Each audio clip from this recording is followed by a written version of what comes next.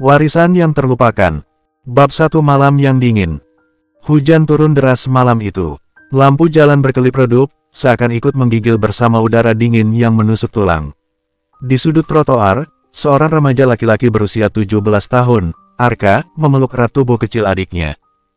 Mira, bocah perempuan berusia 8 tahun, bersembunyi di balik jaket tipis lusuh yang dikenakan Arka. Tubuhnya gemetar, bibirnya membiru karena dingin. "Tenang, Mira, kakak di sini," bisik Arka, sambil menepuk pelan pundak adiknya. Suaranya serak, tapi hangat. Mira menengadah, matanya berkaca-kaca. "Kak, kenapa kita harus tidur di sini lagi? Kenapa kita nggak punya rumah seperti orang lain?" Pertanyaan itu menohok hati Arka. Ia terdiam sejenak, menatap lalu lalang mobil mewah yang melintas. Di balik kaca jendela kendaraan itu, ia sempat melihat anak-anak sebaya Mira duduk nyaman, tertawa bersama keluarga mereka. Arka menelan ludah. "Mungkin, karena Tuhan masih menyiapkan sesuatu untuk kita," jawabnya dengan senyum tipis, meski hatinya sendiri penuh luka. Hujan makin deras. Arka buru-buru menarik Mira masuk ke bawah atap toko yang sudah tutup. Ia merogoh sakunya, hanya ada beberapa lembar uang kertas lecek hasil menjual koran sore tadi. Tidak cukup untuk menyewa kamar kos murah, apalagi membeli makanan hangat.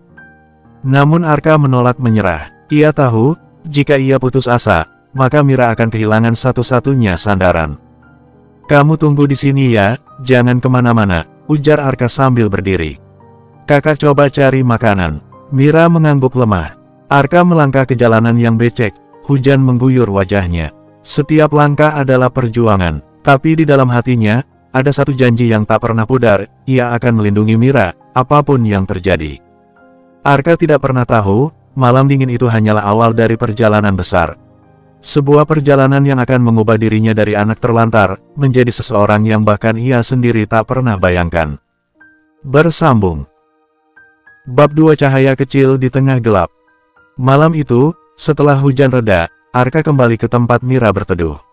Di tangannya ada sebungkus nasi bungkus yang masih mengepul hangat, meski ia harus merelakan hampir semua uangnya. "Nih, Mira, makanlah dulu, biar perutmu nggak kosong." Arka membuka bungkusan itu, aroma sederhana nasi dengan telur dadar langsung menyeruak. Mira menatap kakaknya, lalu mendorong bungkusan itu pelan. "Kakak juga harus makan, jangan cuma aku." Arka tersenyum kecil, ia tahu adiknya lapar, tapi masih sempat mengkhawatirkannya.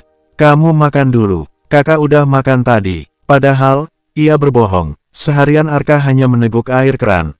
Mira mengunyah perlahan, matanya sesekali melirik Arka yang hanya menatap kosong ke jalan. Hatinya teriris, tapi ia terlalu lemah untuk membantah. Angin malam masih menusuk. Arka menarik Mira ke dalam dekapannya, mencoba menjadi selimut hidup. "Mira, suatu hari nanti kita nggak akan kedinginan lagi. Aku janji, kita bakal punya rumah sendiri. Rumah yang hangat. Kamu bisa tidur di kasur empuk, bukan lantai keras seperti ini." Mata Mira mulai sayup. Ia menyandarkan kepala di dada Arka. "Kak, kalau kita punya rumah nanti, boleh nggak aku tanam bunga di depan? Biar cantik kayak di buku gambar." Arka mengelus rambut adiknya. "Tentu boleh, rumah kita akan penuh bunga. Kamu bisa tanam apa aja." Mira tersenyum kecil sebelum akhirnya terlelap. Napasnya teratur, wajahnya damai meski tubuhnya masih menggigil. Arka menatap adiknya yang tertidur, lalu mengalihkan pandangan ke langit. Bintang-bintang bersembunyi di balik awan, tapi ia yakin suatu hari nanti langit akan cerah. Dalam hati ia berdoa, bukan untuk dirinya, tapi untuk Mira, agar adiknya bisa hidup lebih baik darinya. Malam itu, di tengah gelap dan dingin, ada satu cahaya kecil yang tetap menyala, harapan Arka. Bersambung. Bab 3 Restoran Mewah, Dunia Berbeda. Pagi itu, matahari baru saja terbit ketika Arka meninggalkan Mira yang masih tertidur di bawah atap toko tua. Ia menyelimuti adiknya dengan jaket lusuh, lalu berpesan pelan. "Tidurlah sebentar lagi, Mira.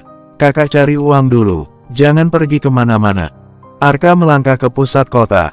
Perutnya kosong, tapi pikirannya hanya satu, hari ini ia harus mendapatkan pekerjaan tetap. Menjual koran tak lagi cukup, apalagi Mira butuh obat batuk. Di sudut jalan, ia melihat sebuah papan pengumuman kecil di depan restoran mewah. Dicari pekerja harian, cuci piring. Hubungi langsung bagian dapur. Arka menelan ludah. Restoran itu terlihat sangat berbeda dengan tempat yang biasa ia datangi. Lampu kristal besar tergantung di langit-langit, pintunya berkilap, dan orang-orang yang keluar masuk berpakaian rapi. Ia bahkan sempat ragu, apakah seorang anak lusuh sepertinya boleh masuk. Namun, demi Mira, ia memberanikan diri. "Permisi, Pak, apakah lowongan masih ada?" tanya Arka dengan suara hati-hati saat bertemu seorang koki di dapur. Koki itu menatapnya dari atas ke bawah, menghela napas. "Kamu, kelihatan masih anak-anak. Tapi kami memang butuh tangan tambahan. Gajinya kecil, kerjanya berat. Mau?" Arka mengangguk cepat. "Saya mau, Pak, apa saja asal halal." Sejak siang, Arka mulai bekerja. Tangannya yang kurus sibuk mencuci tumpukan piring kotor. Air panas membuat kulitnya memerah, tapi ia tidak mengeluh. Dalam hatinya, ia hanya membayangkan Mira tersenyum jika bisa makan kenyang. Namun dunia restoran itu seolah memperlihatkan kontras nyata antara dirinya dan orang-orang kaya. Dari celah pintu dapur, Arka sempat melihat ruang makan yang penuh cahaya, lampu kristal berkilau, meja panjang dengan piring perak, hidangan yang bahkan aromanya membuat perutnya bergejolak. Di sanalah ia pertama kali melihat seorang pria parubaya berwibawa, duduk dengan para pengusaha. Rambutnya sebagian beruban, wajahnya tegas tapi matanya menyimpan kesedihan yang dalam. Dialah Pak Surya, salah satu pengusaha terkaya di negeri itu. Saat Pak Surya berdiri untuk pergi, matanya tanpa sengaja menangkap sesuatu yang berkilau di leher Arka, sebuah kalung sederhana berbentuk bulat kecil, usang tapi berharga. Langkahnya terhenti, matanya melebar. Kalung itu persis sama dengan milik anaknya yang hilang 15 tahun lalu. Bersambung. Bab 4 Tatapan Misterius. Pak Surya berdiri kaku di ambang pintu restoran, pandangannya terpaku pada kalung usang di leher Arka. Kalung dengan liontin bundar berukir motif bunga kecil, benda yang dulu ia berikan pada putranya saat masih bayi. Hatinya bergetar, tidak mungkin, bisa jadi kebetulan, tapi kenapa sama persis? Arka yang sibuk menggosok piring tidak menyadari tatapan tajam itu. Baru ketika ia menoleh, ia mendapati seorang pria berjas rapi menatapnya tanpa berkedip. Arka langsung gugup. Maaf, Pak. Apa saya melakukan kesalahan?" tanyanya ragu. Pak Surya segera menyadarkan diri. Ia menggeleng pelan, menyembunyikan keterkejutannya dengan senyum tipis. "Tidak, kau, namamu siapa?" "Arka, Pak," jawabnya singkat, masih canggung. Pak Surya mengangguk pelan. "Kalung itu, dari mana kau mendapatkannya?" Arka langsung refleks menutup liontin dengan telapak tangannya. Tatapannya waspada, hampir defensif. "Ini, peninggalan ibu saya, Pak. Satu-satunya barang yang saya punya. Jangan sentuh." Suaranya bergetar, tapi jelas penuh ketegasan. Pak Surya terdiam, menahan emosi yang bergejolak. Ada sesuatu dalam nada suara Arka yang membuat hatinya semakin resah, seperti ada ikatan darah yang tak bisa ia jelaskan. "Baiklah," ucapnya akhirnya, "maaf sudah bertanya, jaga baik-baik barang itu, nak." Pak Surya kemudian berjalan keluar, meninggalkan restoran. Namun langkahnya terasa berat. Asistennya, yang sejak tadi menunggu di luar, melihat wajah bosnya murung. "Pak, ada apa?" tanyanya hati-hati. Pak Surya menatap kosong ke jalan. "Aku baru saja melihat kalung itu, Raka. Kalung yang sama seperti milik anakku, yang hilang 15 tahun lalu." Sementara itu, di dapur, Arka masih gelisah. Tatapan pria tadi menancap di benaknya. Ia merasa diperhatikan, seolah ada rahasia besar yang belum ia ketahui. Malam itu, setelah selesai bekerja, Arka kembali ke tempat Mira. Ia duduk di samping adiknya yang tertidur, menatap kalung itu lama. "Ibu, kenapa aku selalu merasa kalung ini menyimpan sesuatu? Tapi apa?" Di kejauhan, Pak Surya duduk di ruang kerjanya, membuka sebuah kotak tua berisi foto bayinya bersama istrinya yang sudah meninggal. Di leher bayi itu, liontin yang sama persis. Air mata menetes di wajah pria itu. "Kalau benar dia, mungkinkah Tuhan akhirnya mengembalikan putraku?" Bersambung. Bab 5 Tanda tanya di hati. Keesokan harinya, Arka kembali bekerja di restoran. Tubuhnya terasa letih, tapi ia tidak bisa berhenti. Setiap rupiah yang ia dapatkan berarti obat untuk Mira. Namun, pikirannya masih kacau oleh tatapan pria berjas kemarin. Saat sedang mencuci piring, Arka melirik bayangan dirinya di permukaan air. Tangannya menyentuh kalung yang tergantung di lehernya. Kenapa orang itu menatap kalung ini seperti mengenalnya? Siapa sebenarnya dia? Gumamnya. Sejenak, rasa takut menyergap. Jangan-jangan dia ingin merebut satu-satunya peninggalan ibu. Pikiran itu membuat Arka semakin waspada. Tanda hubung, tanda hubung, tanda hubung. Sementara itu, di kantor pusat perusahaannya, Pak Surya duduk bersama asistennya, Raka. Di atas meja, ada map berisi data investigasi yang baru saja dikumpulkan. Namanya Arka, lapor Raka. Anak jalanan, tidak punya alamat tetap, hidup bersama seorang adik perempuan bernama Mira. Orang tua mereka, katanya sudah lama meninggal. Tidak ada catatan jelas tentang asal-usulnya. Pak Surya terdiam, jemarinya mengetuk meja perlahan. Hatinya bimbang. Kalau benar dia, berarti selama ini putraku hidup di jalanan, menderita, sementara aku mencarinya di tempat yang salah. Asisten menatapnya khawatir. Tapi, Pak, bisa saja hanya kebetulan. Kalung itu mungkin sama, tapi belum tentu dia anak Anda. Pak Surya menghela napas panjang. Aku tidak bisa mengabaikan firasat seorang ayah, Raka. Aku harus tahu kebenarannya. Tanda hubung, tanda hubung, tanda hubung. Di malam yang sama, Arka kembali ke tempat Mira. Gadis kecil itu batuk-batuk parah, membuat Arka semakin cemas. Maaf, Mira, sabar ya. Kakak janji, kalau gaji pertama keluar, kita beli obat dan makanan yang layak. Arka menepuk punggung adiknya, matanya berkaca-kaca. Mira menatap kakaknya dengan senyum tipis, meski wajahnya pucat. Aku percaya sama Kak Arka. Kamu selalu jaga aku. Arka hanya bisa menahan tangisnya. Ia merasa kecil di hadapan dunia, namun tekadnya untuk melindungi Mira semakin membara.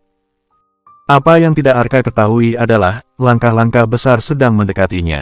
Pak Surya diam-diam sudah meminta seseorang mengatur pertemuan. Dan sejak malam itu, hati Arka terus dihantui pertanyaan yang tak bisa ia jawab. Siapa aku sebenarnya? Bersambung. Bab 6 Jejak Masa Lalu. Malam itu, lampu-lampu kota berkelip di kejauhan. Pak Surya duduk di ruang kerjanya yang luas, dindingnya dipenuhi rak buku dan figura foto-foto tua. Di hadapannya tergeletak sebuah kotak kayu berdebu. Kotak itu sudah bertahun-tahun tidak pernah disentuh. Dengan tangan bergetar, ia membuka kotak itu. Di dalamnya tersimpan album foto dan beberapa dokumen lama. Jantungnya berdegup keras saat ia menemukan foto seorang perempuan muda tersenyum sambil menggendong bayi kecil. Wajah perempuan itu lembut, penuh kasih sayang, wajah yang tidak pernah bisa ia lupakan. Ratna, bisiknya lirih, menyebut nama istrinya yang sudah lama pergi. Air matanya jatuh di atas foto itu. Ratna, perempuan sederhana yang dulu ia nikahi meski ditentang keluarga besar. Mereka menganggap Ratna tidak pantas, hanya karena berasal dari keluarga miskin. Pertentangan itu berujung pahit, Ratna diusir, bayinya ikut dibawa pergi.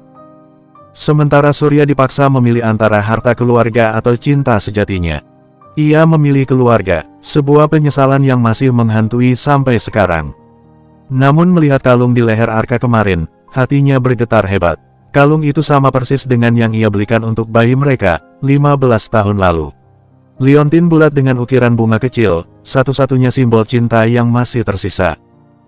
Kalau benar anak itu, suara Pak Surya tercekat. Berarti, selama ini anakku menderita di jalanan. Dan aku tidak ada di sampingnya. Tanda hubung, tanda hubung, tanda hubung.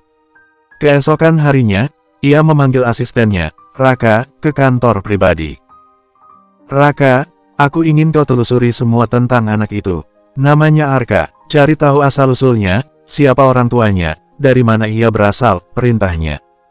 Raka mengangguk cepat. Baik, Pak, akan saya lakukan secepatnya.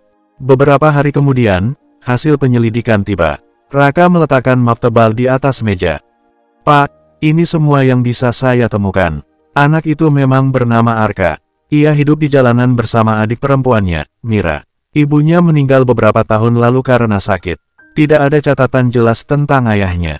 Mereka bertahan hidup dari pekerjaan serabutan.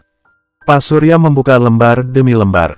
Foto-foto Arka dengan Mira saat tidur di trotoar membuat dadanya sesak.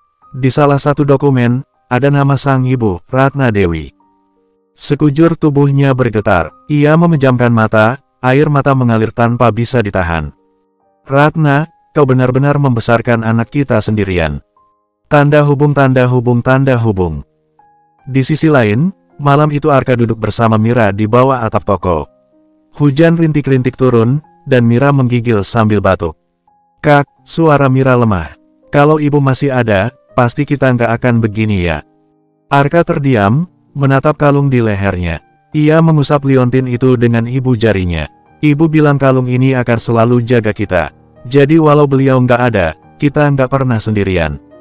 Mira tersenyum tipis, lalu bersandar di bahu kakaknya. Arka menatap jauh ke langit malam, tak tahu bahwa di saat yang sama, ada seorang pria di tempat lain yang juga menatap foto lama dengan rasa kehilangan yang sama. Takdir mulai bergerak, jejak masa lalu yang lama terkubur, perlahan-lahan muncul ke permukaan. Tanda hubung. Bab 6 selesai. Bab 7 ujian DNA.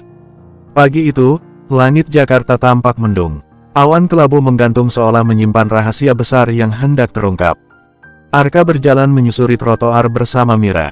Adiknya tampak lemah, wajahnya pucat karena batuk yang tak kunjung reda. Arka menuntun tangan Mira erat, seakan tidak mau kehilangan satu-satunya keluarga yang ia miliki. Tiba-tiba, sebuah mobil hitam berhenti di depan mereka. Pintu terbuka, dan keluar seorang pria berjas rapi, menunduk sopan. "Arka," panggilnya. Arka refleks melangkah mundur. "Iya, saya. Kenapa?" "Nama saya Raka. Saya diutus oleh Pak Surya. Beliau ingin bertemu denganmu. Ada hal penting yang perlu dibicarakan," kata pria itu dengan nada hati-hati. Arka mengernyit. "Pak Surya, siapa itu? Kami nggak kenal. Kalau bisa, ikut saja. Tidak akan ada yang menyakiti kalian. Pak Surya hanya ingin memastikan sesuatu." Mira menatap kakaknya dengan mata bingung. Arka menggertakkan giginya, mencoba menilai situasi. Nalurinya berkata ia harus waspada, tapi ada sesuatu di mata pria itu, kesungguhan yang sulit ia abaikan. Tanda hubung. Di kediaman Pak Surya yang megah, Arka merasa canggung. Lantai marmer berkilau, chandelier menjuntai anggun, dan penjaga-penjaga berseragam berdiri di setiap sudut. Semua terasa asing bagi anak jalanan sepertinya. Pak Surya duduk di kursi utama ruang tamu, menunggu. Saat Arka masuk bersama Mira, matanya langsung terfokus pada kalung di leher bocah itu. Dadanya serasa dihantam palu besar. "Kalung itu," suaranya bergetar. "Dari mana kau dapat?" Arka melirik kalungnya, lalu menjawab singkat. "Dari ibu," katanya, "ini warisan dari ayahku." Pak Surya menutup wajah dengan kedua tangan. Tangis yang ia tahan pecah begitu saja. "Ratna, benar, ini kalung yang kuberikan padanya dulu." Arka dan Mira saling berpandangan. Mereka tidak mengerti mengapa pria kaya itu menangis melihat kalung sederhana mereka. Tanda hubung. Tak lama kemudian, dokter keluarga dipanggil. "Pak Surya ingin melakukan tes DNA," kata Raka hati-hati kepada Arka. Arka langsung bereaksi. "Tes DNA? Untuk apa? Saya tidak butuh macam-macam urusan orang kaya." Pak Surya bangkit, menatap Arka dengan mata yang penuh harap. "Anak muda, mungkin kau akan sulit mempercayainya. Tapi aku yakin, kau adalah anakku. Aku harus tahu kebenarannya." Suasana hening. Kata-kata itu seperti bom yang meledak di kepala Arka. "Apa?" Arka terbelalak. "Anakmu, itu nggak mungkin. Kalau memang benar ayahku, kenapa kami hidup di jalanan? Kenapa ibu mati dalam kemiskinan?" Pak Surya menunduk, wajahnya penuh penyesalan. "Itu semua salahku. Aku pengecut. Aku meninggalkan Ratna saat dia paling membutuhkanku. Aku memilih harta daripada cinta. Dan aku menyesal seumur hidupku." Arka menggenggam tangan Mira. Napasnya berat, hatinya berkecamuk antara marah, benci, dan rasa ingin tahu. "Baik," katanya akhirnya. "Kalau memang itu maumu, aku akan lakukan tes DNA. Tapi jangan harap hasilnya bisa mengubah apapun. Aku bukan anakmu, aku cuma orang jalanan." Pak Surya menghela napas panjang, lalu mengangguk. "Terima kasih, Nak. Biarkan kebenaran yang berbicara." Tanda hubung. Beberapa hari kemudian, hasil tes DNA keluar. Raka menyerahkannya dalam amplop putih tebal. Pak Surya menatap kertas itu dengan tangan bergetar, lalu membukanya perlahan. Tulisan di lembaran medis itu jelas, kecocokan DNA antara Surya Wijaya dan Arka, 99,9%. Pak Surya terisak, tangannya menutup mulut, air mata mengalir tanpa henti. "Anakku, kau benar-benar anakku." Di seberang meja, Arka membeku. Tangannya mengepal, ia merasa kepalanya berputar. Dunia yang ia kenal, dunia keras jalanan, rasa lapar, dingin, dan kehilangan, tiba-tiba runtuh begitu saja. Dirinya, ternyata bukan siapa-siapa. Atau justru, dirinya adalah pewaris dari seseorang yang paling berkuasa. Hati Arka menolak, tapi kenyataan kini menatapnya tanpa bisa ia hindari. Tanda hubung. Bab 7 selesai. Bab 8 pertemuan yang menggetarkan. Hujan baru saja reda sore itu ketika Arka kembali dipanggil ke rumah besar keluarga Wijaya. Raka menjemputnya dengan mobil hitam yang sama. Di dalam perjalanan, Arka hanya terdiam. Hasil tes DNA masih terngiang di kepalanya, seolah tidak nyata, seolah dunia berusaha mempermainkannya. Mira, yang duduk di sampingnya, justru terlihat bersemangat. Kak, kalau benar Pak Surya itu ayah kita, berarti kita nggak perlu tidur di jalan lagi, kan? Kita bisa sekolah seperti anak-anak lain. Arka menoleh, menatap wajah mungil adiknya yang penuh harapan. Hatinya mencelos, ia tidak ingin Mira kecewa, tapi ia juga belum bisa menerima kenyataan. Kita lihat saja nanti, Mir, jawabnya pendek. Tanda hubung, tanda hubung, tanda hubung. Setibanya di kediaman mewah itu, Arka disambut oleh Pak Surya sendiri. Wajah lelaki parubaya itu penuh cahaya bahagia, bercampur rasa bersalah. Ia langsung meraih tangan Arka. Anakku, akhirnya kau di sini, katanya lirih. Arka kaku, ia ingin menarik tangannya, tapi ada sesuatu di tatapan mata tua itu yang membuatnya sulit bergerak. Ada kehangatan yang selama ini ia rindukan, tapi sekaligus luka yang masih menganga. Jangan panggil aku begitu, ujar Arka dingin. Aku belum bisa menganggapmu ayah. Pak Surya terdiam, tapi ia mengangguk pelan. Baik, aku tak akan memaksa, tapi biarkan aku menebus semua kesalahanku. Setidaknya, biarkan aku merawat kalian. Mira menyahut polos, aku senang sekali akhirnya punya ayah. Ibu selalu bilang kita pasti nggak sendirian. Ternyata benar. Pak Surya menahan tangis, lalu memeluk Mira erat. Mulai sekarang, ayah akan jaga kalian. Aku janji. Arka hanya berdiri, tubuhnya menegang. Hatinya berperang, antara ingin percaya atau tetap menolak. Tanda hubung, tanda hubung, tanda hubung. Namun, ketenangan itu tidak berlangsung lama. Suara tumit sepatu beradu dengan lantai marmer terdengar mendekat. Seorang wanita anggun dengan gaun elegan masuk, diikuti seorang pemuda seumuran Arka yang berpenampilan rapi. Wanita itu, Bu Ratih, istri kedua Pak Surya, memandang Arka dari ujung kepala hingga kaki dengan tatapan sinis. Jadi, ini anak yang katanya pewaris. Suaranya tajam. Pak Surya menghela napas. Ratih, tolong, jangan mulai.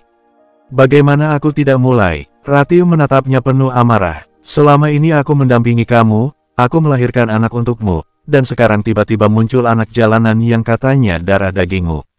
Apa kau mau merusak keluarga ini? Pemuda di sampingnya, Reno, ikut angkat bicara. Ayah, aku tidak bisa menerima ini. Dia tidak pantas. Lihat saja penampilannya. Apa kau yakin dia tidak sedang memanfaatkanmu? Arka mengepalkan tangan. Rasa marah naik ke dadanya. Aku tidak pernah minta diakui. Aku tidak butuh harta atau keluargamu. Aku datang hanya karena kalian yang memanggilku. Bentaknya. Reno maju selangkah, menudingkan jari. Dasar pembohong. Jangan sok suci. Jelas-jelas kau mau harta keluarga ini. Suasana tegang seketika. Mira ketakutan dan menggenggam erat tangan Arka. Pak Surya berdiri, suaranya bergetar menahan marah. Cukup, Reno. Ratih, aku tidak akan biarkan kalian mengusir Arka. Ia anakku, darah dagingku. Itu fakta yang tidak bisa diubah. Ratih menatap suaminya tajam. Kalau begitu, bersiaplah. Kau akan kehilangan keluargamu yang sekarang. Dengan angkuh, ia berbalik dan melangkah pergi, menyeret Reno bersamanya. Tanda hubung, tanda hubung, tanda hubung. Ruang tamu kembali hening. Arka berdiri membeku, hatinya berkecamuk. Ia tidak tahu harus marah, menangis, atau pergi. Pak Surya mendekat, menatapnya penuh luka. Maafkan mereka, nak. Aku tahu ini berat, tapi percayalah, kau tidak sendirian lagi. Arka menatap lurus ke mata lelaki itu. Untuk pertama kalinya, ia melihat sosok ayah yang rapuh, penuh penyesalan, tapi juga penuh cinta. Namun, luka masa lalu terlalu dalam untuk langsung sembuh. Biar waktu yang jawab, kata Arka lirih. Lalu ia menggandeng Mira, meninggalkan ruang tamu yang masih penuh ketegangan. Bersambung. Bab 9 Luka yang lama terkubur. Malam itu, Arka dan Mira tidur di kamar tamu rumah besar keluarga Wijaya. Kamar itu luas, dengan ranjang empuk, lemari besar, dan balkon yang menghadap taman indah. Namun, bagi Arka, semua itu terasa asing. Ia berbaring menatap langit-langit, pikirannya dipenuhi keruwetan yang tak bisa ia uraikan. Suara lembut Mira memecah keheningan. "Kak, aku suka di sini. Rasanya hangat, beda sama waktu kita tidur di jalan." Arka menoleh, menatap wajah adiknya yang polos. Mira tersenyum, matanya berbinar seperti anak kecil yang menemukan rumah impian. "Kalau ini benar-benar rumah kita, Kak, aku nggak mau pergi lagi," tambah Mira dengan nada manja. Arka tersenyum tipis, lalu mengusap rambut adiknya. "Tidurlah, Mir. Apapun yang terjadi, aku bakal jaga kamu." Namun dalam hati, ia bergolak. Ia tidak bisa begitu saja melupakan masa-masa pahit, tidur kelaparan, dikejar preman jalanan, kehilangan ibunya tanpa bisa berbuat apa-apa. Semua itu meninggalkan luka yang dalam. Asteris. Di sisi lain rumah, Pak Surya duduk sendirian di ruang kerja. Lampu meja menerangi wajahnya yang penuh kerut. Di tangannya, ia menggenggam foto lama Ratna bersama bayi kecilnya. Air matanya menetes lagi.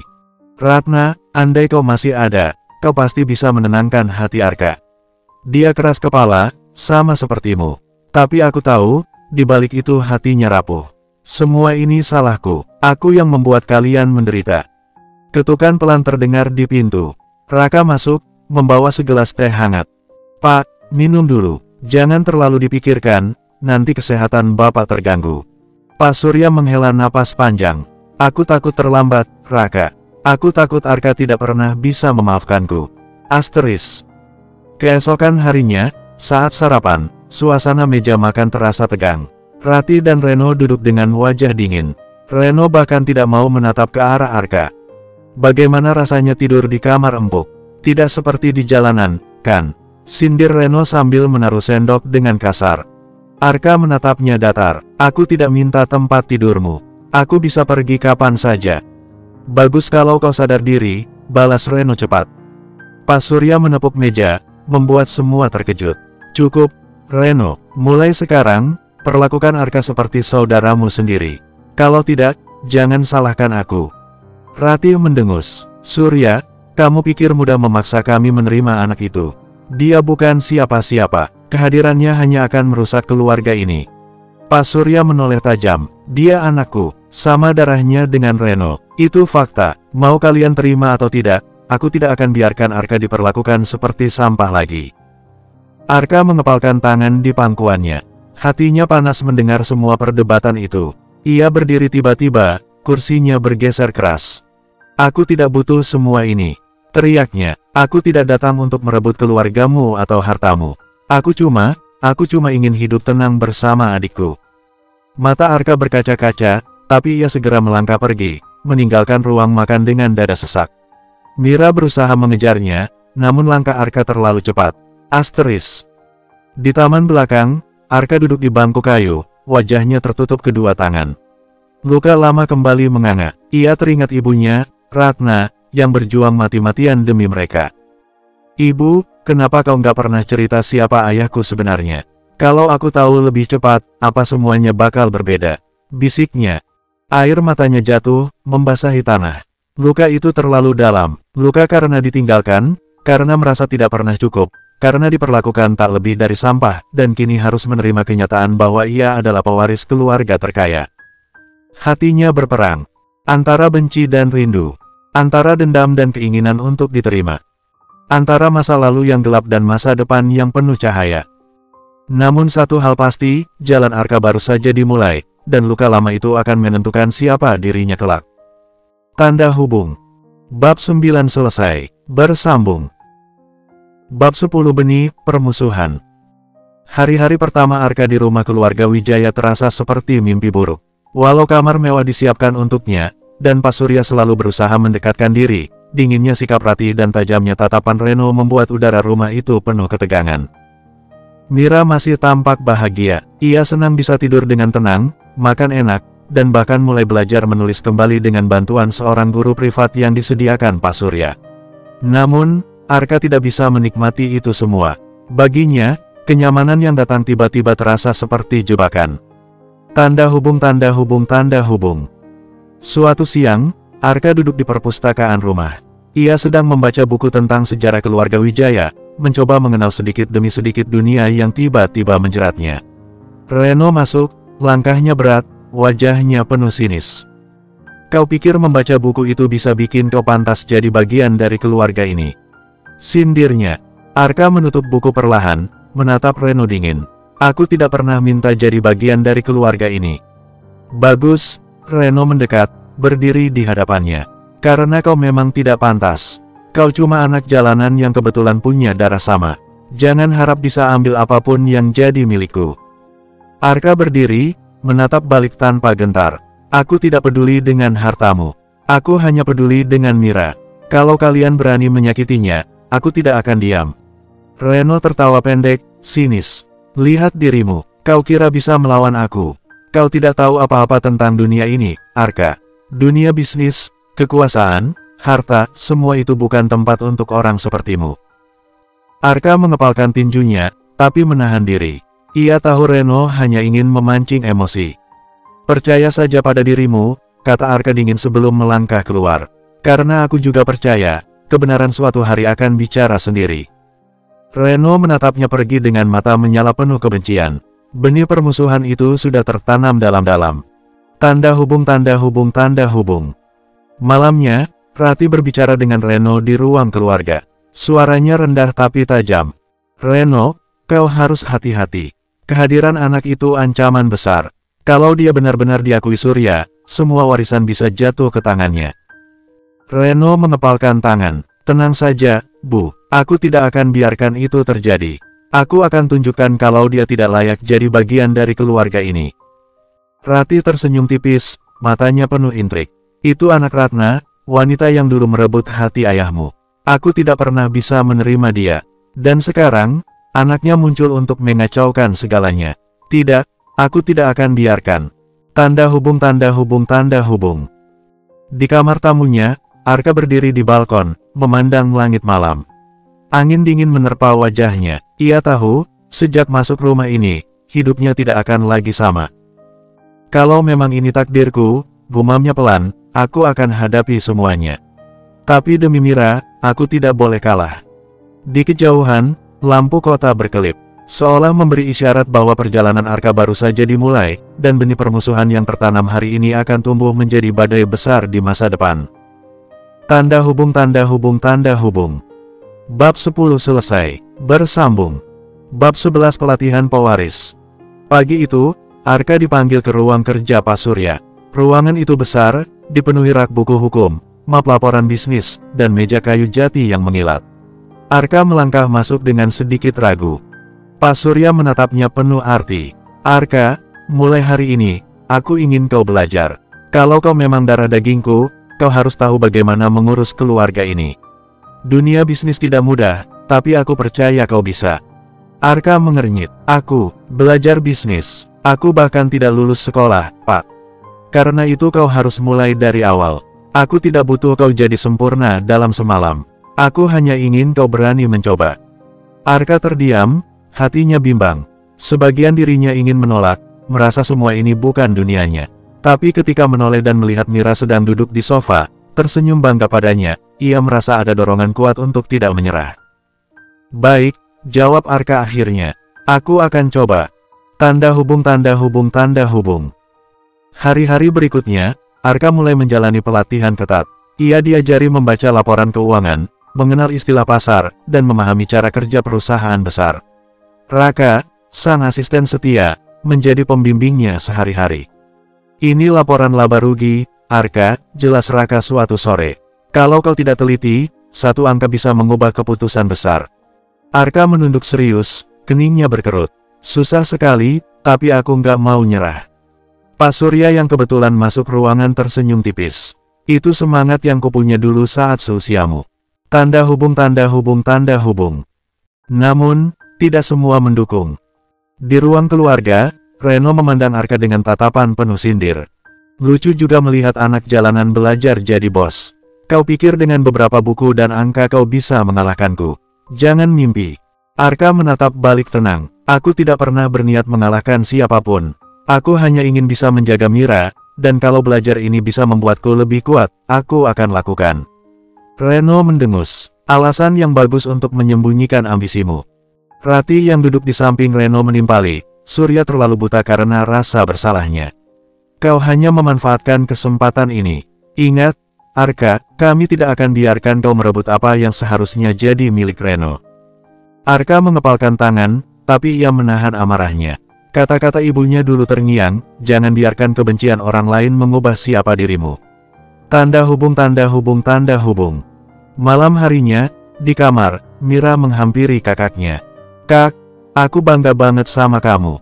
Dulu kita cuma bisa mimpi punya kehidupan lebih baik. Sekarang, kamu benar-benar belajar jadi orang hebat. Arka tersenyum, mengusap kepala adiknya. Aku lakukan ini untukmu, Mir. Kalau aku kuat, aku bisa melindungimu dari siapapun, bahkan dari orang-orang di rumah ini. Mira mengangguk, lalu memeluk kakaknya erat. Tanda hubung tanda hubung tanda hubung. Hari demi hari, pelatihan itu mengubah Arka. Ia yang dulu hanya tahu cara bertahan hidup di jalanan, kini mulai mengerti tentang strategi bisnis, nilai kerja keras, dan pentingnya kepercayaan. Pak Surya melihat perubahan itu dengan bangga. Namun, di balik semua itu, Rati dan Reno semakin panas. Mereka tahu, jika Arka terus berkembang, posisinya di keluarga ini akan semakin kuat. Dan benih permusuhan itu kini mulai tumbuh menjadi rencana yang lebih gelap. Bab 11 selesai. Bersambung. Bab 12 ujian pertama. Sinar matahari pagi menembus kaca gedung tinggi milik Grup Wijaya. Arka berdiri gugup di lobi megah, mengenakan kemeja putih sederhana yang baru dibelikan Pak Surya. Ia menatap ke atas, bangunan menjulang itu seakan menantangnya. Raka menepuk bahunya pelan. Tenang saja, Arka, hari ini hanya rapat kecil. Pak Surya ingin melihat bagaimana kau mengamati situasi. Anggap ini ujian pertamamu. Arka menarik napas panjang. Baik, aku akan coba. Tanda hubung tanda hubung tanda hubung. Di ruang rapat lantai 20, para direktur duduk mengelilingi meja oval besar. Pak Surya berada di kursi utama, sementara Arka duduk di sebelahnya. Tatapan heran, sinis, bahkan meremehkan dari beberapa direktur terasa menusuk. Salah satu direktur, Pak Darman, berdeham keras. Pak Surya, dengan segala hormat, apakah benar anak muda ini akan ikut rapat manajemen?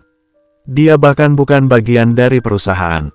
Pak Surya menatapnya tegas. Arka adalah anak saya. Mulai sekarang, dia akan belajar langsung dari dalam. Bisik-bisik terdengar di sekitar meja. Reno yang juga hadir hanya menyeringai tipis, menikmati suasana tegang itu. Tanda hubung tanda hubung tanda hubung. Presentasi dimulai. Seorang manajer memaparkan tentang penurunan penjualan di salah satu cabang perusahaan. Grafik ditampilkan di layar, angka-angka terlihat menurun tajam. Pak Surya menoleh ke Arka. Bagaimana menurutmu, Nak? Arka terkejut, tak menyangka ia akan ditanya. Keringat dingin muncul di pelipisnya. Semua mata tertuju padanya, sebagian penuh keraguan. Arka menatap grafik itu lama. Ia tidak mengerti semua istilah bisnis, tapi ia melihat ada pola sederhana. Cabang itu berada di dekat pasar yang baru saja direnovasi, dan jalan aksesnya berubah. Menurut saya, suara Arka agak bergetar, tapi ia melanjutkan, penurunan ini bukan karena produk atau pegawainya. Mungkin karena akses ke toko sulit setelah renovasi pasar. Orang malas datang karena jalannya macet. Ruangan mendadak hening. Beberapa direktur saling pandang. Reno tertawa kecil. Analisis anak jalanan. Serius, ayah. Namun, salah satu direktur muda, Pak Adrian, tampak berpikir. Itu masuk akal. Saya kebetulan lewat daerah itu minggu lalu, memang akses jalan ditutup sebagian. Bisa jadi itu penyebab turunnya pelanggan. Pak Surya tersenyum bangga. Kadang, mata awam bisa melihat hal yang luput dari hitungan angka. Bagus, Arka. Arka merasa lega, meski masih gugup. Tanda hubung tanda hubung tanda hubung. Setelah rapat selesai, Reno mendekati Arka dengan tatapan menusuk. Jangan senang dulu, itu hanya keberuntungan. Dunia bisnis tidak bisa dijalani dengan logika jalananmu. Arka menatap balik, kali ini dengan tenang. Mungkin, tapi kadang logika sederhana lebih berarti daripada teori rumit. Reno mendengus kesal, lalu pergi. Tanda hubung tanda hubung tanda hubung. Malam itu, Pak Surya memanggil Arka ke ruang kerjanya. Ia menepuk bahu putranya dengan bangga. Kau sudah lakukan yang bagus hari ini. Ingat, Arka, jadi pewaris bukan soal memegang harta, tapi soal memikul tanggung jawab. Aku lihat dalam dirimu, kau punya hati yang kuat. Itu lebih penting dari apapun. Arka terdiam, hatinya bergetar, tapi ia juga merasa takut. Apakah aku benar-benar bisa menjadi orang seperti yang ayah bayangkan? Di balik kebanggaan itu, Arka tahu ujian pertamanya hanyalah permulaan. Badai yang lebih besar pasti menanti. Bab 12 selesai. Bersambung. Bab 13 Intrik Keluarga. Malam sudah larut ketika cahaya lampu kristal di ruang makan keluarga Wijaya masih menyala terang. Di meja panjang itu, Rati duduk anggun dengan gaun malam berwarna merah marun. Di sampingnya, Reno menyulut rokok dengan wajah muram. Aku tidak habis pikir, Bu. Reno membuka suara, nada suaranya penuh amarah tertahan. Anak jalanan itu benar-benar berani. Ayah malah memuji analisisnya di depan semua direktur. Seolah-olah, dia memang pantas duduk di sana. Rati meneguk anggurnya perlahan, matanya menyipit penuh perhitungan. Tenang, Reno, itu hanya awal. Ingat, darahnya sama sekali tidak tumbuh di lingkungan kita. Arka hanyalah anak yang beruntung. Sedikit pengakuan dari ayahmu tidak akan mengubah fakta itu. Tapi Bu, ayah jelas mulai condong ke dia. Reno menepuk meja hingga gelas hampir tumpah. Jika ini terus berlanjut, aku bisa kehilangan semua hakku. Rati menghela napas panjang, lalu mencondongkan tubuhnya ke arah putranya. Dengarkan ibu baik-baik, dalam permainan keluarga kaya, bukan yang paling dicintai yang menang, tapi yang paling licik dan sabar. Kita tidak boleh bertindak terburu-buru. Tanda hubung tanda hubung tanda hubung. Reno menatap ibunya dengan bingung. Maksud ibu? Rati tersenyum samar, senyum yang menyimpan racun. Kita biarkan saja Arka merasa percaya diri. Semakin dia dipuji, semakin tinggi ia naik. Dan ketika saatnya tiba, kita yang akan menjatuhkannya. Orang seperti dia pasti punya kelemahan. Apa yang harus kita lakukan? Reno bertanya penuh penasaran. Rati meletakkan gelasnya, lalu berbisik pelan. Kau harus mulai membangun aliansi di dalam perusahaan. Direktur Darman sudah jelas tidak menyukai Arka. Dekati dia, buat seolah-olah Arka hanya menjadi beban. Sementara itu, ibu akan mencari tahu lebih banyak tentang masa lalu anak itu. Aku yakin ada noda kelam yang bisa kita gunakan untuk menyingkirkannya. Reno tersenyum tipis, matanya berkilat. Kalau begitu, permainan baru saja dimulai. Tanda hubung tanda hubung tanda hubung. Keesokan harinya, di dalam kantor, Reno benar-benar mulai menjalankan rencana ibunya. Ia mendekati beberapa direktur yang masih ragu dengan Arka. Saudara-saudara, ucap Reno dengan nada diplomatis dalam sebuah pertemuan kecil, kalian semua tahu bagaimana ayah kita. Beliau mudah terbawa perasaan, membawa anak jalanan masuk ke perusahaan. Itu jelas bukan keputusan bijak. Kita perlu memastikan perusahaan ini tetap berada di tangan yang tepat. Pak Darman mengangguk setuju. Saya juga tidak percaya pada anak itu. Ia mungkin bisa menebak masalah cabang, tapi itu bukan bukti kompetensi. Dunia bisnis lebih rumit dari sekadar logika jalanan. Reno tersenyum puas. Sedikit demi sedikit, ia berhasil menanamkan benih keraguan di hati para pengurus perusahaan. Tanda hubung tanda hubung tanda hubung. Sementara itu, Arka yang tidak tahu apa-apa sedang sibuk belajar. Raka menemaninya membaca dokumen-dokumen dasar bisnis. Meski pusing, Arka berusaha keras memahami istilah-istilah asing itu. Jangan khawatir, kata Raka sambil menepuk punggungnya. Kau cepat belajar, Arka. Aku yakin suatu hari nanti kau bisa berdiri sejajar dengan siapapun. Arka tersenyum kecil. Ia tidak tahu bahwa di balik semua itu, intrik keluarga sudah mulai menjalar seperti racun yang siap meledak kapan saja. Tanda hubung tanda hubung tanda hubung. Di malam yang sama, Rati berdiri di balkon kamarnya, menatap lampu kota yang berkelip.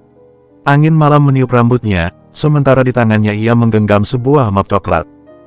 Map itu berisi berkas lama yang baru saja ia dapatkan dari seseorang yang ia sewa secara diam-diam. Foto-foto panti asuhan, catatan tentang masa kecil Arka, dan sesuatu yang jauh lebih gelap, rekaman laporan tentang kematian misterius seorang pengasuh panti beberapa tahun lalu. Rati tersenyum puas. Inilah titik lemahnya. Bab 13 selesai. Mau aku lanjut langsung ke bab 14 rahasia yang terungkap, di mana Arka mulai mendengar bisik-bisik tentang masa lalunya yang tidak ia ketahui. Hehehe, komen dong ya. Bab 14 rahasia yang terungkap. Hari itu hujan turun deras membasahi halaman belakang rumah besar keluarga Wijaya. Arka berdiri di teras, menatap air jatuh seperti tirai yang menutupi dunia luar. Ada perasaan gelisah yang sejak beberapa hari ini menghantuinya. Sejak ia ikut rapat manajemen, Arka mulai merasakan tatapan aneh dari sebagian orang di sekitar perusahaan. Ada yang ramah, ada yang sinis, tapi lebih banyak lagi yang berbisik-bisik seakan menyimpan sesuatu. Arka, suara lembut Raka memecah lamunannya. Kakak tirinya itu menghampiri sambil membawa 2 cangkir teh hangat. Kau terlihat murung, ada apa? Arka menerima cangkir itu, menatap uap yang mengepul. Entahlah, Raka, aku merasa ada yang mereka sembunyikan dariku. Tentang masa laluku, tentang siapa aku sebenarnya. Raka menghela napas. Ia tahu cepat atau lambat pertanyaan itu akan muncul. Namun, ia memilih tidak mengatakan apapun dulu. Kau tidak perlu memikirkan terlalu banyak sekarang. Fokus saja belajar, ayah punya rencana besar untukmu. Arka mengangguk, meski hatinya belum tenang. Asteris. Sementara itu, di ruangan lain, Rati membuka kembali map coklat yang ia simpan dengan hati-hati.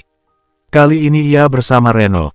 Lihat ini, katanya sambil menunjukkan selembar fotokopi laporan. Pengasuh panti tempat Arka dulu tinggal ditemukan tewas dengan kondisi mencurigakan. Polisi menutup kasus itu sebagai kecelakaan, tapi ada banyak hal yang tidak jelas. Reno menatap dokumen itu dengan mata membelalak. Jadi, kalau berita ini keluar, semua orang akan melihat Arka sebagai anak yang tumbuh dalam skandal. Nama baiknya akan hancur. Rati tersenyum dingin. Tepat sekali, kita tidak perlu menjatuhkannya dengan tangan sendiri. Biarkan masa lalunya yang menelannya. Asteris. Malamnya, ketika Arka berjalan melewati koridor panjang rumah besar itu, ia mendengar samar-samar suara percakapan dari balik pintu ruang baca. Suara yang tak asing, Reno dan Rati. Ia berhenti, menejamkan telinga. Pengasuh panti, tewas, suara itu membuat Arka terperanjat. Hatinya berdegup kencang. Pengasuh panti, siapa yang mereka bicarakan? Ia ingin masuk, tapi langkah kakinya kaku. Ia memilih mundur perlahan, lalu berlari ke kamarnya dengan napas memburu. Di dalam kamar, ia duduk di tepi ranjang dengan wajah pucat. Ingatan samar tentang masa kecil di panti asuhan tiba-tiba muncul. Seorang wanita parubaya, dengan senyum hangat, selalu memeluknya saat ia ketakutan. Tapi mengapa ingatan itu berhenti tiba-tiba, seolah ada potongan kosong yang hilang.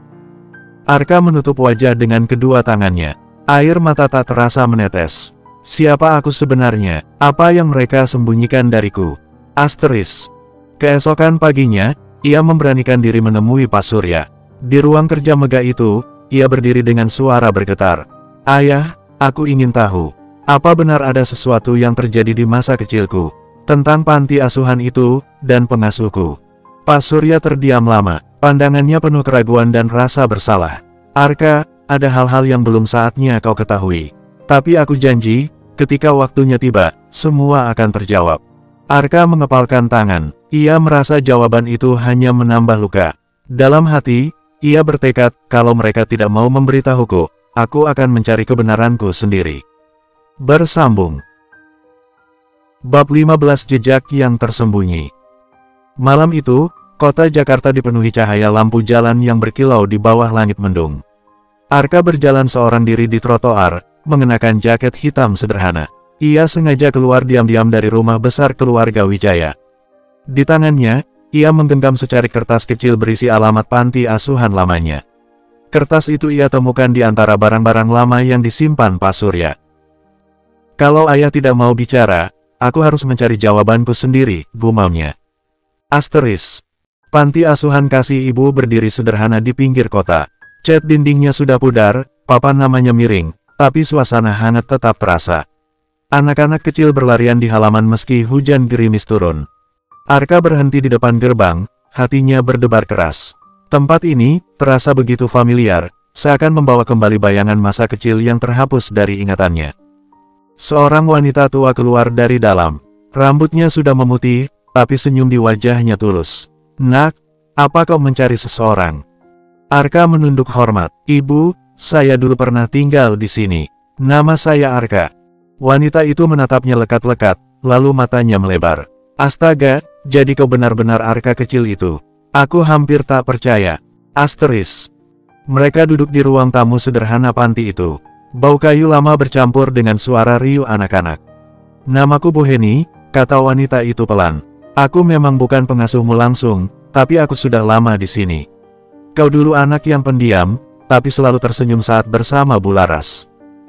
Bu Laras, Arka meneguk ludah. Nama itu seakan membangkitkan sesuatu di dadanya. Dia, pengasuhku. Bu Heni mengangguk, senyumnya memudar. Ya, dia sangat menyayangimu, Arka. Bahkan lebih dari anak kandungnya sendiri. Tapi, Arka mencondongkan tubuhnya. Tapi apa, Bu? Bu Heni terdiam sejenak, lalu menarik napas berat. Kematian Bu Laras adalah luka yang sampai sekarang tidak bisa kami lupakan. Katanya kecelakaan, tapi banyak hal yang tidak masuk akal. Malam itu, ia baru saja pergi menemui seseorang yang mengaku keluarga salah satu anak panti. Setelah itu, ia tidak pernah kembali. Arka membeku di tempatnya, jantungnya berdentum keras. Seseorang dari keluarga anak panti. Siapa? Bu Heni menggeleng. Aku tidak tahu. Kami tidak pernah menemukan siapa yang dia temui malam itu. Polisi menutup kasusnya begitu saja. Asteris. Setelah pamit, Arka keluar dari panti dengan langkah goyah. Di kepalanya, ribuan pertanyaan berputar. Apakah kematian Bu Laras ada hubungannya dengan keluargaku? Apakah ini sebab ayah selalu menghindar membicarakan masa lalu? Arka berjalan ke arah jalan besar, hujan deras tiba-tiba turun mengguyur. Ia tidak peduli tubuhnya basah kuyup. Hanya satu hal yang kini menguasai hatinya, tekad untuk menemukan kebenaran, meski itu berarti membuka rahasia kelam keluarga sendiri. Dari kejauhan, tanpa ia sadari, seseorang duduk di dalam mobil hitam yang terparkir. Sosok itu mengintainya dengan tatapan tajam, lalu menghubungi seseorang lewat telepon. Rati, dia sudah mulai mencari-cari. Kita harus bertindak sebelum dia tahu terlalu banyak. Bersambung. Bab 16 Perangkap Halus. Di ruang tamu mewah rumah keluarga Wijaya, Rati duduk anggun sambil memainkan cincin di jarinya. Reno berdiri mondar-mandir, wajahnya kesal. Ibu, Arka semakin berani. Kalau terus dibiarkan, ayah akan benar-benar menyerahkan semuanya padanya. Rati menatap anaknya dengan senyum licin. Tenang, Reno, kita sudah menunggu lama, bukan? Saatnya kita menebar perangkap. Reno menghentikan langkahnya. Perangkap, maksud ibu? Rati mengambil sebuah map hitam dari laci meja kecil. Ia menyodorkannya pada Reno. Ini laporan proyek baru di cabang Surabaya. Banyak celah di dalamnya. Kita akan membuat seolah-olah Arka yang bertanggung jawab, lalu biarkan semuanya meledak. Reno membuka map itu, tapi ayah tidak mungkin langsung mempercayakan proyek sebesar ini pada Arka. Rati tersenyum penuh keyakinan. Itulah gunanya kita. Kita akan mendorong Arka masuk ke posisi itu. Biar ayah melihatnya seolah-olah sebagai kesempatan melatih Arka. Dan ketika gagal, Arka akan terlihat bodoh, tidak pantas, dan penuh masalah. Reno terkekeh jahat, dan saat itu tiba, semua orang akan memintaku yang menggantikannya. Asteris. Keesokan harinya, saat sarapan bersama, Rati mulai memainkan perannya. Mas Surya, katanya dengan nada lembut, bukankah bagus jika Arka diberi kesempatan nyata? Dia sudah membuktikan kecerdasannya di rapat kemarin. Kenapa tidak kita percayakan proyek Surabaya padanya? Pak Surya menatap istrinya ragu. Proyek Surabaya itu penting, Rati. Arka belum punya pengalaman. Namun Rati cepat menyela. Bukankah justru itu gunanya? Dia perlu belajar. Dan kalaupun gagal, bukankah masih ada Reno dan tim yang bisa mengawasi? Arka yang duduk di samping ayahnya terkejut. Aku, proyek Surabaya. Ayah, aku bahkan belum mengerti banyak. Pak Surya terdiam. Dalam hatinya ada keraguan, tapi juga rasa ingin percaya pada putranya itu. Arka, maukah kau mencoba? Arka menunduk. Tangannya gemetar. Ia tahu ini terlalu cepat. Tapi tatapan ayahnya penuh harapan, sesuatu yang tidak ingin ia hancurkan. Aku akan mencoba, ayah. Reno menyembunyikan senyum liciknya, tepat seperti yang kita inginkan. Asteris. Beberapa hari kemudian, Arka berangkat ke Surabaya ditemani Raka. Proyek besar itu adalah pembangunan pusat perbelanjaan modern. Namun sejak awal, Arka merasa ada kejanggalan. Dokumen yang ia terima tidak lengkap, beberapa laporan keuangan penuh data yang membingungkan. Raka, ini aneh, kata Arka sambil menatap kertas-kertas itu. Seakan-akan laporan ini sengaja diacak.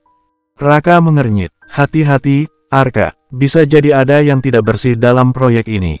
Kau harus benar-benar waspada. Arka mengangguk, meski dadanya terasa berat. Ia tidak tahu bahwa setiap langkahnya kini sedang diawasi oleh lawan yang menunggu ia terjerat dalam perangkap halus yang sudah dipersiapkan. Asteris. Di Jakarta, Rati menutup telepon dengan senyum puas.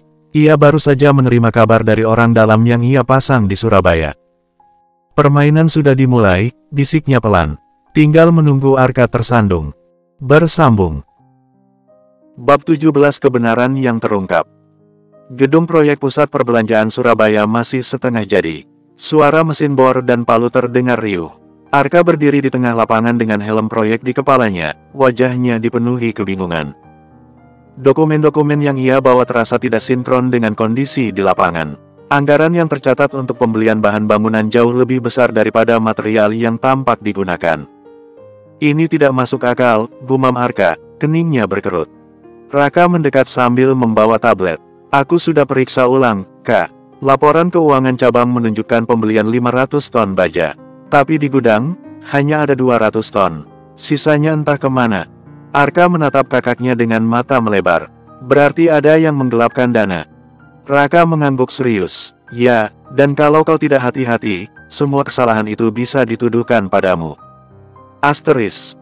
Hari berikutnya, Arka mencoba menyelidiki lebih jauh. Ia berbicara dengan beberapa pekerja lapangan. Pak, apakah ada masalah dalam distribusi material? Tanyanya pada seorang mandor. Mandor itu terlihat gugup. Sebenarnya, nak, kami hanya menerima sesuai yang dikirim. Tapi ada beberapa kali truk pengiriman dialihkan entah kemana. Kami tidak berani bertanya lebih jauh. Arka mengepalkan tangan. Dialihkan, oleh siapa? Mandor itu menunduk. Saya dengar perintah datang dari atas. Dari manajer cabang sendiri. Asteris. Malamnya, Arka duduk di hotel dengan wajah muram. Raka menepuk bahunya. Arka, ini jelas jebakan. Laporan sengaja dibuat kacau, lalu material hilang. Jika ketahuan, mereka akan menuduhmu lalai. Kau harus bicara dengan ayah secepatnya. Arka menggigit bibirnya. Tidak, kalau aku langsung bicara, aku hanya terlihat mencari alasan. Aku harus buktikan sendiri kalau aku tidak bersalah. Raka menatap adiknya lama, lalu menghela napas. Kau keras kepala, tapi baiklah, aku akan membantumu. Asteris. Beberapa hari kemudian, Arka berhasil menemukan bukti. Dari rekaman CCTV gudang, ia melihat truk-truk material keluar malam hari, dikawal oleh orang-orang tak dikenal. Salah satunya tampak jelas menerima amplop dari manajer cabang. Arka memindahkan rekaman itu ke flash disk. Tangannya bergetar, tapi matanya penuh tekad. Dengan ini, aku bisa buktikan kebenaranku. Namun, tanpa ia sadari, seseorang sudah membuntutinya sejak tadi. Saat ia keluar dari ruangan, seorang pria berpakaian hitam mengintai dari kejauhan, lalu menelpon. Bos, dia sudah dapat buktinya. Apa perlu kita ambil tindakan? Suara Rati terdengar dingin dari seberang. Biarkan, aku ingin tahu seberapa jauh dia bisa bertahan. Kalau perlu, buat dia tampak bersalah lebih dulu sebelum sempat menyerahkan bukti itu. Asteris. Arka belum tahu, kebenaran yang baru saja ia genggam juga bisa menjadi pedang bermata dua yang akan menyerangnya kapan saja. Bersambung. Bab 18 Jatuh dalam fitnah. Ruang rapat cabang Surabaya dipenuhi suasana tegang. Para pengurus cabang, auditor, dan beberapa direktur dari Jakarta hadir. Di layar proyektor terpampang laporan keuangan yang menunjukkan defisit besar. Arka duduk di ujung meja dengan wajah pucat, sementara Raka berdiri di sampingnya untuk memberi dukungan. Direktur Darman mengetuk meja keras. Ini keterlaluan, dana proyek ratusan miliar raib begitu saja. Dan kebetulan, sejak siapa yang bertanggung jawab? Arka. Bisik-bisik mulai terdengar di ruangan. Tatapan tajam tertuju pada Arka, penuh tuduhan. Arka segera berdiri. Tidak, aku punya bukti bahwa penggelapan ini dilakukan oleh manajer cabang. Aku sudah simpan rekaman CCTV-nya. Ia mengeluarkan flash disk dari sakunya dengan penuh keyakinan, lalu menyerahkannya pada tim IT untuk diputar. Semua mata tertuju pada layar. Namun, yang muncul hanyalah rekaman kosong. File rusak, tidak ada jejak apapun. Arka terbelalak. Tidak mungkin. Aku melihatnya sendiri. Ada rekaman jelas. Direktur Darman tersenyum sinis. Rekaman apa? Kau hanya berusaha menutupi kesalahanmu. Jangan-jangan kau sendiri yang bekerja sama dengan pihak luar. Bukan begitu. Arka membela diri, suaranya bergetar. Aku. Reno yang duduk tenang akhirnya angkat bicara. Adik, kau seharusnya jujur. Ayah memberimu kepercayaan besar, tapi kau malah membuat kekacauan. Kalau begini, bagaimana kami bisa menyerahkan perusahaan padamu? Asteris. Pak Surya yang hadir langsung berdiri. Wajahnya muram, matanya menatap Arka dengan campuran kecewa dan bingung. Arka, apa benar? Arka menunduk, air mata hampir jatuh. Ayah, percayalah, aku tidak bersalah. Seseorang sudah merusak buktinya. Ini jebakan. Namun suasana ruangan sudah penuh keraguan.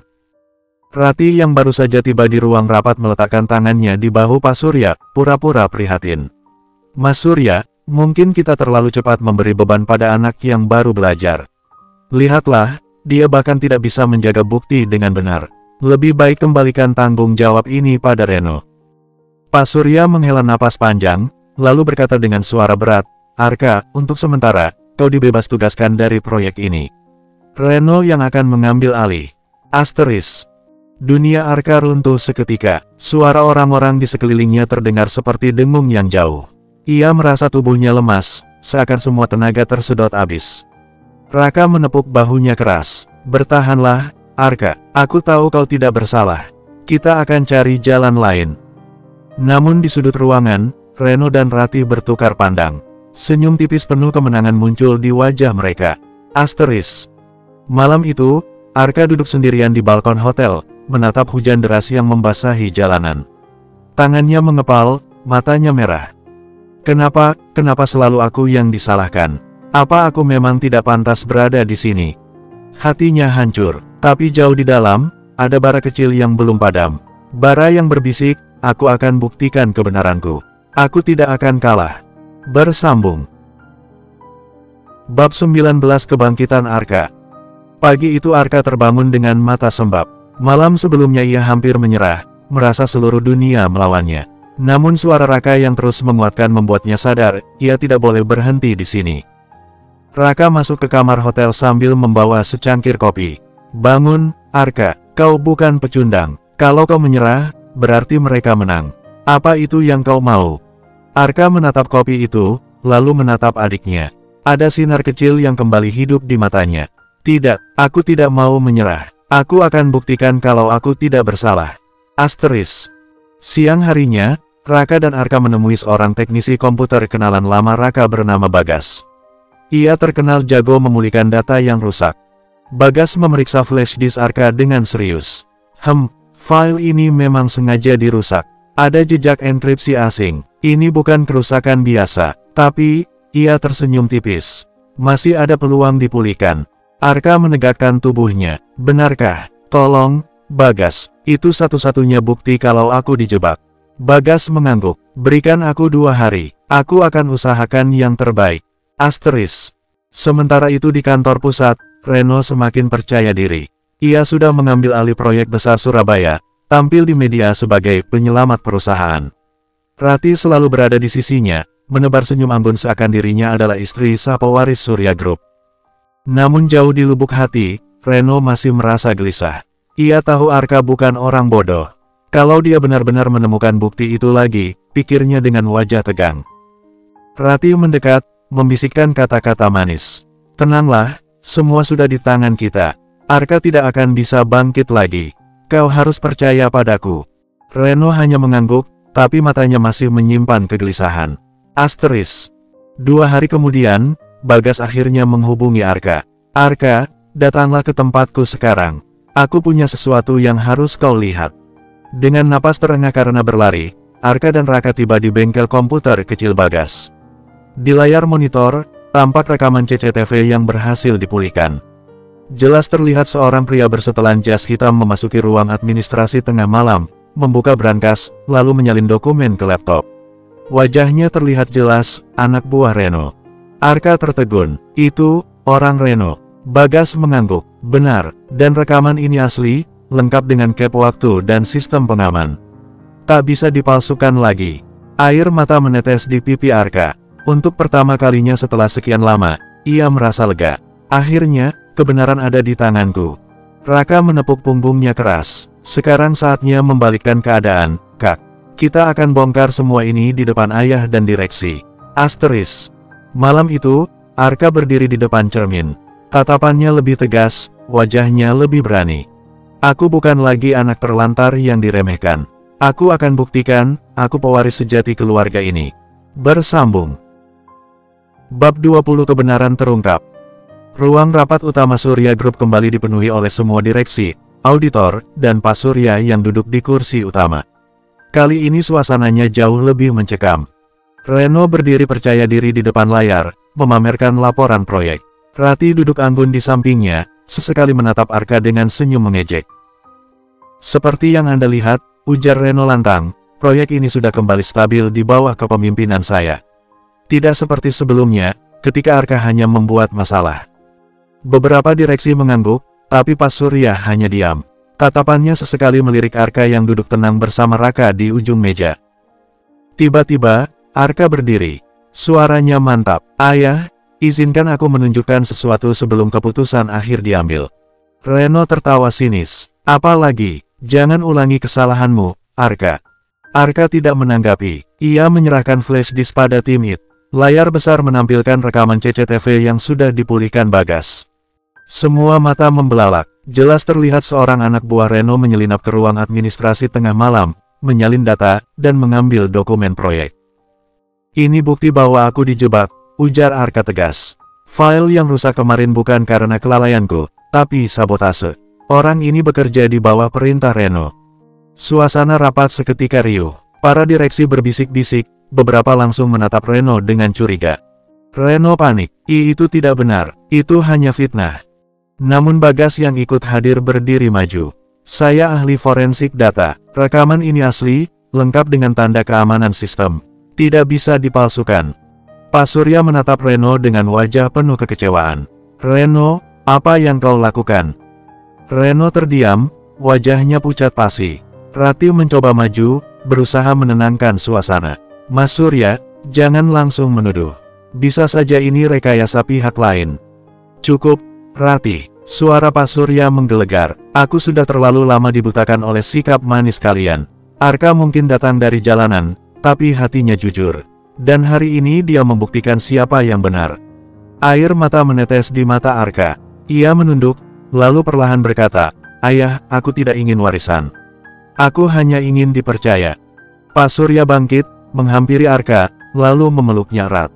Mulai hari ini, kau bukan lagi anak yang terlupakan. Kau adalah pewaris sah keluarga ini. Para direksi berdiri, memberi tepuk tangan. Sementara Reno hanya bisa menunduk, wajahnya merah karena malu. Rati meliriknya dengan jengkel, sadar semua rencana mereka hancur. Raka menepuk bahu Arka sambil tersenyum lebar. Aku sudah bilang, kan? Kau bukan pecundang, kau pemenang. Arka tersenyum, matanya menatap ke depan. Untuk pertama kalinya, ia merasa benar-benar memiliki rumah, keluarga, dan masa depan. Asteris epilog. Rumah yang ditemukan. Beberapa bulan telah berlalu sejak kebenaran terungkap. Arka kini resmi menjadi direktur muda Surya Group.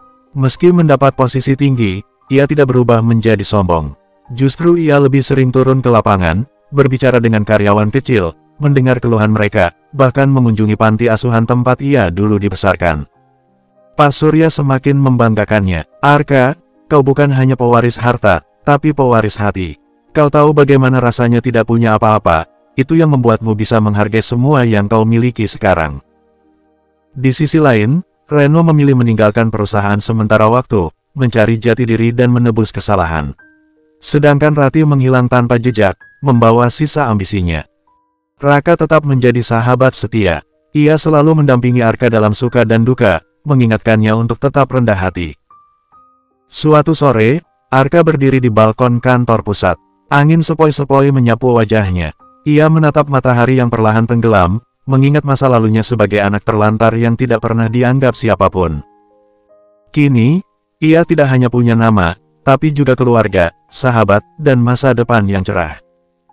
Terima kasih, Tuhan, bisiknya. Aku akhirnya menemukan rumahku. Alhamdulillah selesai ya, maaf jika masih berantakan, tapi ini hasil kerja saya. Terima kasih semua, semoga sehat sukses bahagia selalu, amin. Tamat.